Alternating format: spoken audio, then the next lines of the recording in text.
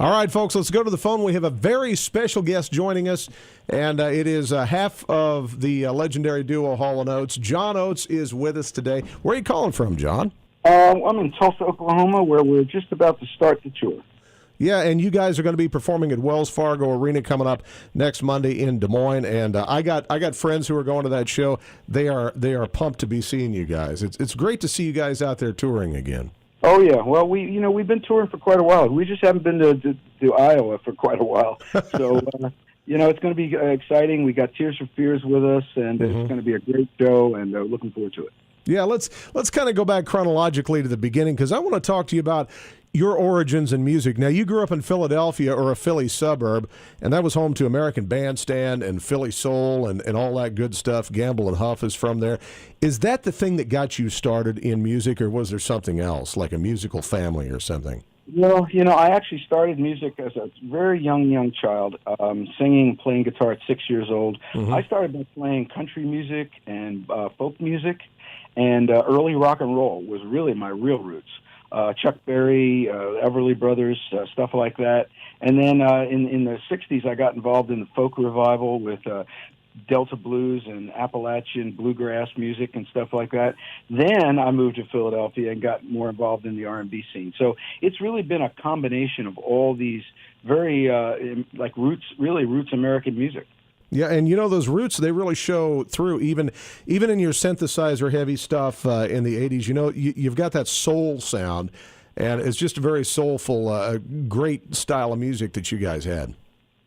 Well, we just have we try to be real, and our songs are very emotional, and that's what it's all about. To me, that's what the true definition of soul is.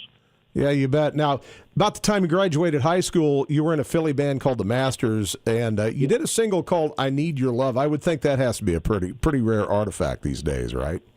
Yeah, you can find it. Oh, you can. Okay, it's definitely a rarity. Daryl had a group out. He had a group called Temp Tones, and he had a single out at the same time, and that's kind of how we met in Philadelphia. They were both our individual bands were getting played on the radio at the time. Yeah, that kind of leads me to my next question. I read this thing about you meeting Daryl Hall, something about a record hop melee, some kind of a fight that broke out or something. There was a teenage record hop that when we were both trying to promote that single in the summer of '67, and it was in a very, very bad neighborhood in Philadelphia, a tough neighborhood, and a big gang fight broke out, and we basically beat it out of the building in an elevator, and that's how we met. Yeah, interesting. Now, you started off under the name Hall Oates back in 1972, but you really didn't hit until Abandoned Luncheonette, which is still to this day one of my favorite albums.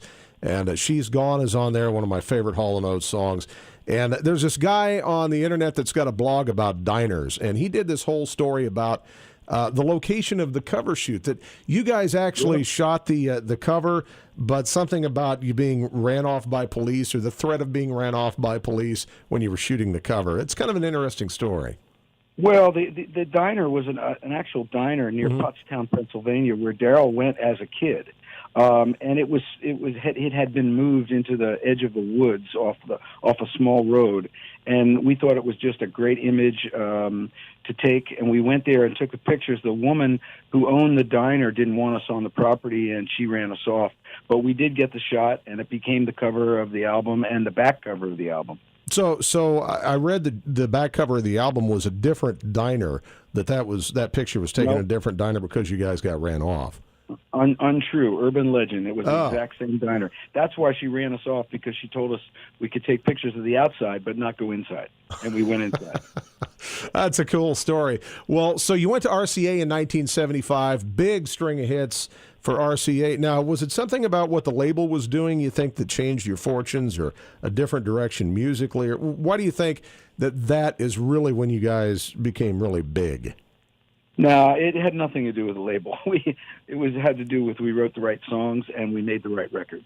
We went out to L.A. in the mid-'70s, where really at the time that's where state-of-the-art recording was happening. And we got together with an old friend from Philadelphia named Chris Bond, who co-produced those records with us.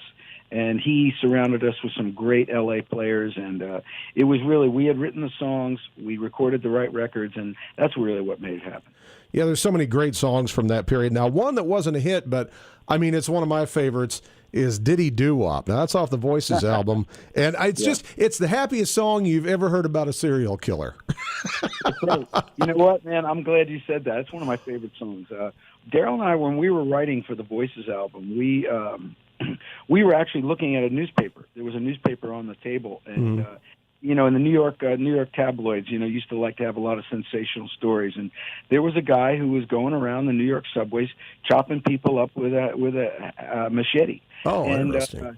And we were like dumbstruck with this crazy story, and we're looking at it, and we said to each other, "I wonder what would make a guy do something like that." And then we thought maybe he got, and then we, you know, just being silly, we just said, you know, what if he had one of those old doo-wop songs stuck in his head, and it was stuck in his head so much it drove him nuts? And that's how we wrote the song. That's really interesting. There was a story that Son of Sam was somehow inspired, or he said he was inspired by Rich Girl, but he said he was inspired by his dog talking to him too. So this guy was nuts. And there's a line in there about Charlie liked the Beatles, obviously Charlie Manson, and Sammy liked Rich Girl. That's right. So is that a true thing about Son of Sam? We started combining some serial killers together. You know, when you're a songwriter, you know, you take what you can get. Yeah, and that's just a little nugget of genius in that song, too, because you've got that little vocal, at the end of the Beatles, and then you got the Rich Girl in the same key, I think, as the original song. It's just a perfect moment. I tell you, you are very perceptive. Not many people pick up on stuff like that. That's the little fun stuff that we like to put into a song, but that's very cool that you picked up on that. Well, and I'm a music nerd, but I'm also a Hall & Oates nerd. I love you guys' music. I've been a fan for a long time. I still have the copy of H2O on vinyl in my collection that I bought in like 1982 in a Scranton, Pennsylvania Kmart. All right. Very good. So, yeah, I'm a big fan. And so I got to ask you now also, this is kind of an offbeat question, but I got to ask you about that cartoon that exists about your award-winning mustache. Time's getting short, but I got to ask you about that. Where did this come from? Well, it's just that, you know, our publishing company was trying to think about ways where they could really just you know, get the older songs out there, and they said, let's just do that. And it was just a marketing thing, really. That's really what it was. Yeah, and Dave Attell does the voice, I think, on that. That's right. If I remember correctly. Yeah, exactly. Man, you got your facts down. So you shaved off the mustache. You've got this new book out, which I've heard great things about. I'm definitely going to pick up a copy. It's called Change of Season.